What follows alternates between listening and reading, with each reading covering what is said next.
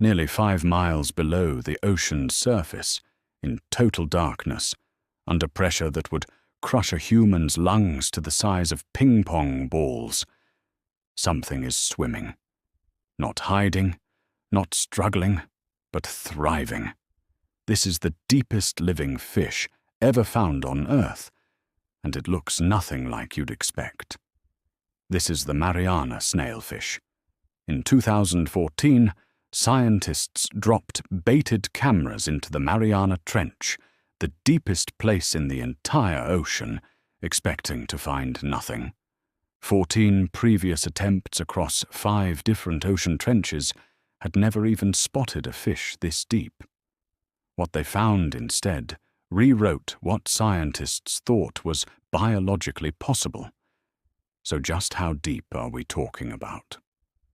The Mariana snailfish lives at roughly 8,000 to 8,200 meters down. That's about 26,000 feet.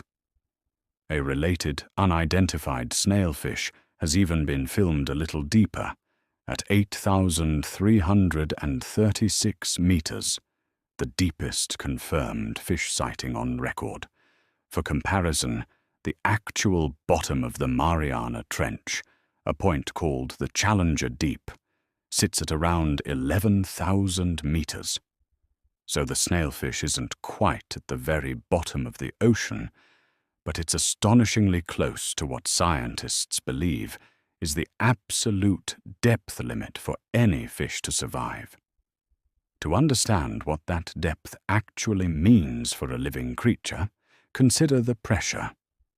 At these depths, the water pressure is roughly 800 to 1,000 times what you feel standing at sea level. Researchers have described it as the equivalent of an elephant standing on your thumb. Others have put the number at around 15,750 pounds per square inch, enough, unprotected, to crush a person's lungs down to the size of ping-pong balls. This is the world the Mariana snailfish calls home. Now here's where it gets strange. This fish shouldn't look like it belongs somewhere this hostile. When scientists finally got a look at it, they found something small, pale, almost translucent, with a soft, gelatinous, tadpole-like body and no scales at all. It looks fragile. It looks like it should be crushed instantly. This is nothing like the armored, fanged monster most people imagine when they picture a deep-sea fish. It was formally named Pseudoliparis swirei in 2017 in honor of Herbert Swire, an officer aboard the HMS Challenger, the ship whose 1870s expedition first measured the depths of this very trench. In a strange way, a 19th-century sailor's name now belongs to one of the most extreme animals ever discovered. So how does something this delicate-looking survive where almost nothing else can? The answer lies in pressure itself, and the problem it creates at a cellular level. At these depths, immense pressure destabilizes proteins and cell membranes, the basic building blocks that keep any living thing functioning. Most animals simply cannot adapt to pressures much beyond 400 to 500 atmospheres. The Mariana snailfish lives at pressures roughly double that. Its secret is an adaptation almost no land animal has, an open, incompletely sealed skull. Where your skull and mine are closed to protect the brain and maintain a stable internal pressure, the snailfish's skull allows pressure from the outside world to equalize with the pressure inside its own head.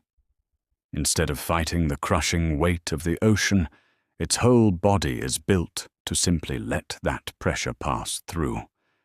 And here's the part that changes how you should think about this fish entirely. It isn't just surviving down there. It's thriving.